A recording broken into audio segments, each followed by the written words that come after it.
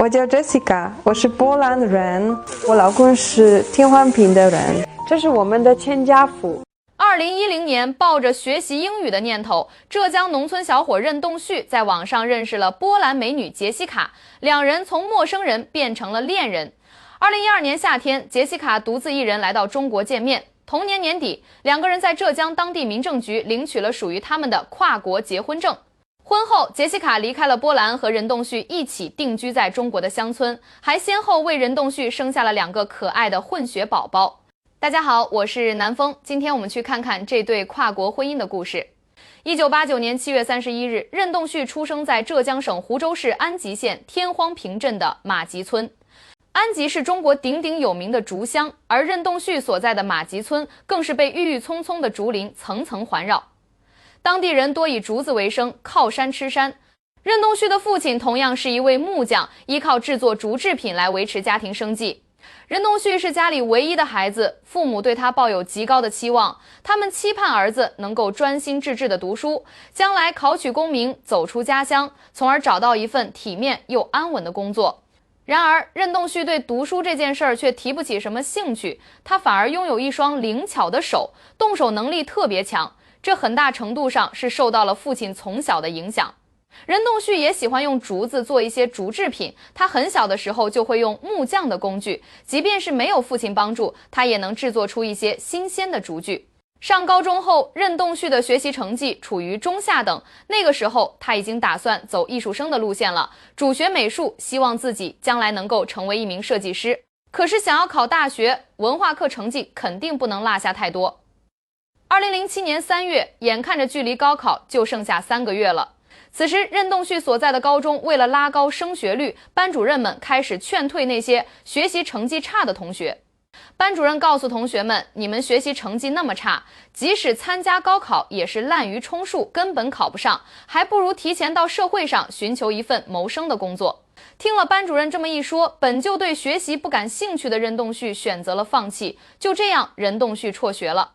辍学后，任栋旭进入安吉县的一家酒店里，成为了一名传菜员。虽然工作轻松，但对于第一次步入社会的任栋旭来说，这份工作显然太无趣了。他觉得自己不可能一辈子只当个传菜员，他必须要学会一份技能，这样才能为之奋斗一生。干了3个月后，任栋旭又进入一家广告公司，开始学起了设计。学习期间，任栋旭非常认真，他认为这是他唯一改变自己的机会。1年后，任栋旭学成毕业，此时他打算找一家广告公司工作，但却被父亲叫住了。常年从事木匠的父亲有了新的想法，他打算创业开一家工厂，所以他就拉着儿子一起创业，在家里开了一个家庭工厂。那时候父亲因为之前的积累，手上还有一些日本客户，这些客户给了父亲一些订单。最初的时候，任栋旭就和父亲在家里完成这些客户的订单。1年下来后，工厂的效益非常不错。此时为了扩大经营，父亲又在村子里租了一个2000多平米的工厂，还招了10多个工人。眼前工厂规模不断加大，任栋旭父子俩为了接到更多订单，他们经常要出国参加各种展览。所以这个时候，会说英语对他们来说就非常重要了。2010年春天，为了学习英语，任栋旭下载了一个聊天软件。在这个聊天软件里，任栋旭可以交到很多外国朋友，这样大家在聊天过程中就将英语学会了。在这个平台上，任栋旭在介绍自己时附上了很多自己制作的竹制品。这些精美的手工制品吸引了很多外国人的关注，这其中就有任栋旭未来的妻子杰西卡。当时他在网上卖安吉的手工艺品，我就被他吸引过来的。1992年6月26日，杰西卡降生在波兰南部的城市卡托维兹。他的父亲是一位汽车修理工，他的母亲则是一位面点师傅，在当地经营着一家自己的面包店。杰西卡也是家里的独生女，从小就是父母的掌上明珠，备受疼爱。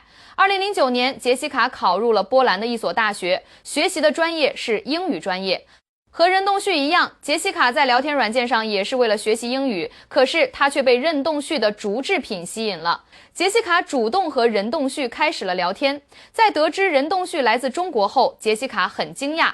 虽然中国是东方大国，但在杰西卡的印象里，中国很落后，房子都很旧，所以她对中国的了解并不多。但认识任栋旭后，他开始对中国产生了兴趣，总是不断追问着任栋旭，希望能从他这里了解关于中国的一切。而任栋旭也很有耐心，他耐心细致地解答杰西卡的每一个疑问。就这样，在一天又一天的交流中，两人对彼此的了解也越来越深。杰西卡深深地爱上了中国，也渐渐喜欢上了和任栋旭聊天的感觉。而对于任栋旭来说，高中毕业之后，他大部分时间都跟着父亲一起创业。生活中，他身边连一个女性朋友都没有。在和杰西卡聊天的过程中，他早就对网络那头的异国美女充满了浓厚的兴趣。两人聊了差不多1年左右，就发展成了网恋关系。那个时候，两人经常视频聊天，他们的关系很快也被任栋旭的父母知道了。父母并没有反对，只是让两人尽快见个面，尽早确定恋爱关系。2012年7月，杰西卡从大学毕业了，任栋旭的父亲自己出钱给杰西卡买了一张飞往中国的机票。这是杰西卡头一回出国，虽然心里很紧张，但为了任栋旭，她还是义无反顾地来到了中国。当天晚上，任栋旭在上海浦东机场接到了杰西卡，这是两人的初次见面。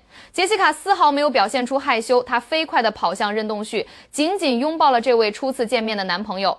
到了第2天，任栋旭带着杰西卡在上海游玩，他们到外滩散步。外滩绚丽的街景让杰西卡惊叹不已，原来中国是这么发达的国家呀！从上海游玩后，任栋旭又带着杰西卡见了父母。在父母看来，这个来自波兰的洋媳妇皮肤白净，人长得好看，而且非常有礼貌，他们非常喜欢这个女孩。在任栋旭父母的热情招待下，杰西卡在浙江农村整整待了1个月。在这1个月里，杰西卡和任栋旭许下了终身承诺，她已经决定要嫁给任栋旭，并且计划未来留在中国生活。2012年年底，杰西卡第2次来到了中国。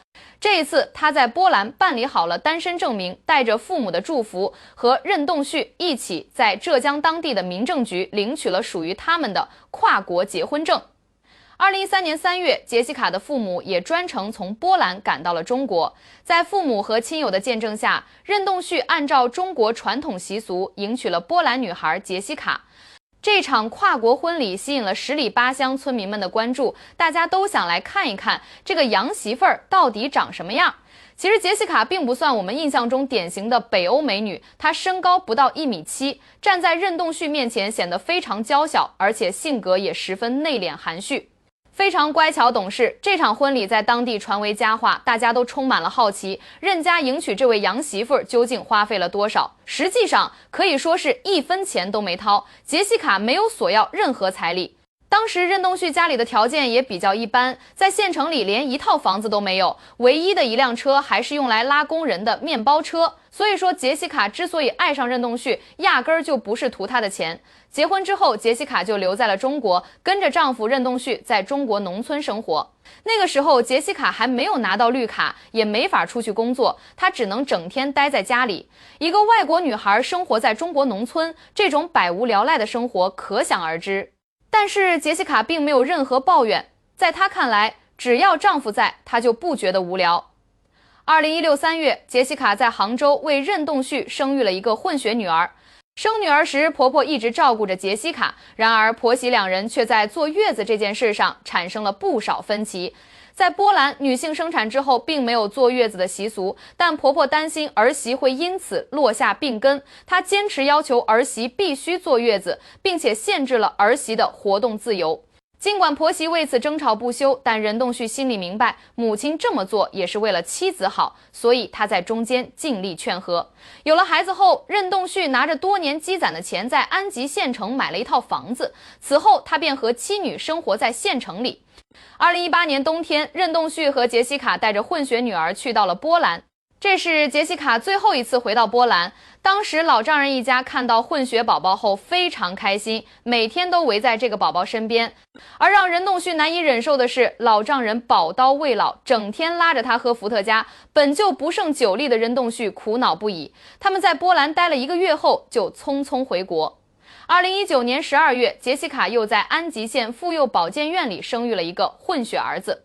儿子的出生让一家人非常开心。这一次，婆媳再也没有因为坐月子的事儿发生矛盾，因为杰西卡懂事多了，她知道坐月子也是对自己身体的一种保护。2个孩子出生后，杰西卡成为了全职妈妈，每天在家里带孩子就是她的全部工作。除此之外，她还在努力学习中文。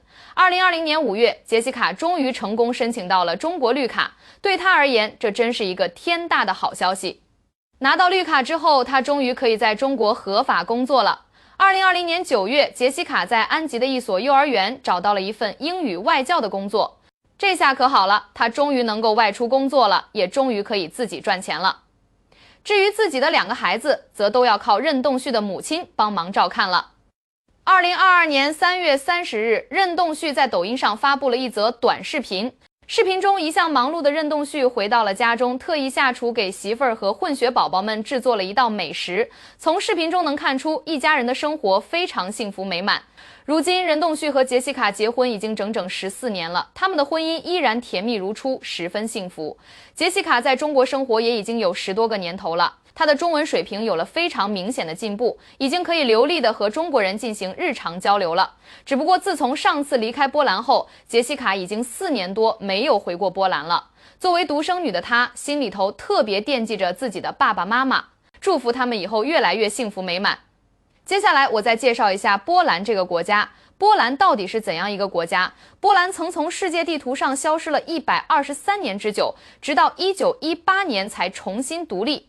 波兰历史上3次被瓜分，又3次复国，甚至波兰的国歌都叫波兰没有灭亡。提到波兰，你会想到什么？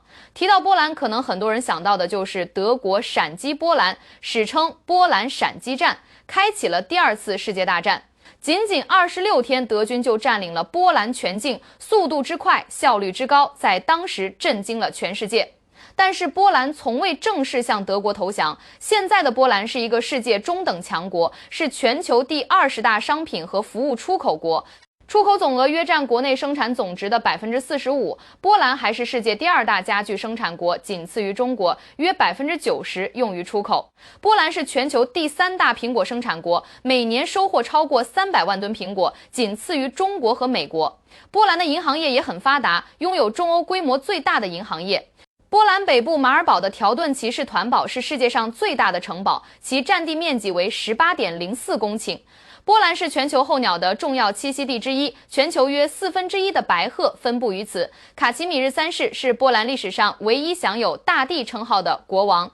波兰的饺子被当地人亲切地称为 pierogi， 自17世纪以来一直深受波兰人民的喜爱，每年消费的饺子超过2亿个。波兰国旗呈长方形，长与宽之比为8:5，由白色和红色的横长方形平行排列组成。白色象征纯洁，代表银鹰；红色象征为争取独立而斗争的英烈们的鲜血。波兰国徽为一枚红色的盾徽，上面会有一只展翅翱翔的银鹰。银鹰作为波兰的国鸟，象征着波兰人民的勇敢、坚韧和不屈不挠的精神。同时，红色盾面也代表了波兰人民的热血和斗志。波兰是著名作曲家和钢琴家肖邦的出生地，他不仅是波兰历史上最伟大的作曲家和钢琴家之一，也是19世纪欧洲浪漫主义音乐的杰出代表，被誉为浪漫主义钢琴诗人。肖邦的代表作众多，如降 E 大调华丽大圆舞曲、降 E 大调夜曲、C 小调革命练习曲。小学课本上的著名科学家哥白尼和居里夫人都是波兰人。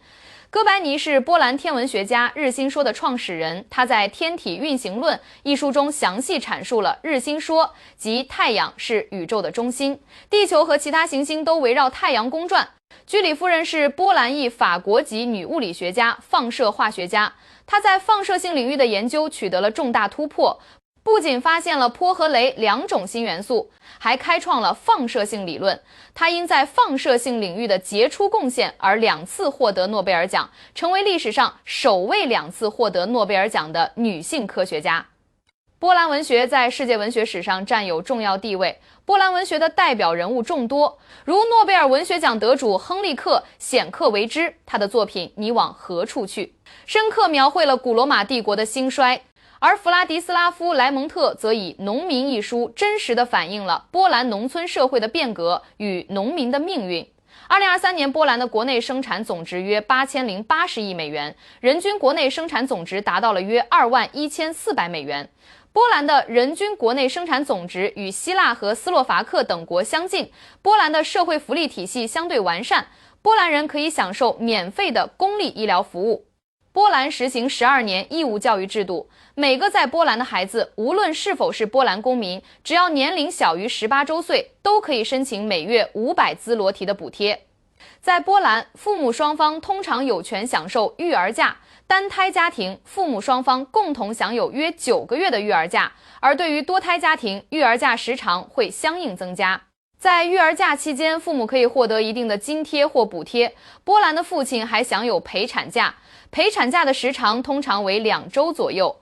波兰共和国简称波兰，地处中欧平原，东北邻俄罗斯加里宁格勒州和立陶宛，东邻白俄罗斯、乌克兰，南接斯洛伐克和捷克西联德国，北濒波罗的海，与瑞典隔海相望。其地理位置的特殊性使波兰自古以来便是欧洲各大势力交汇的十字路口。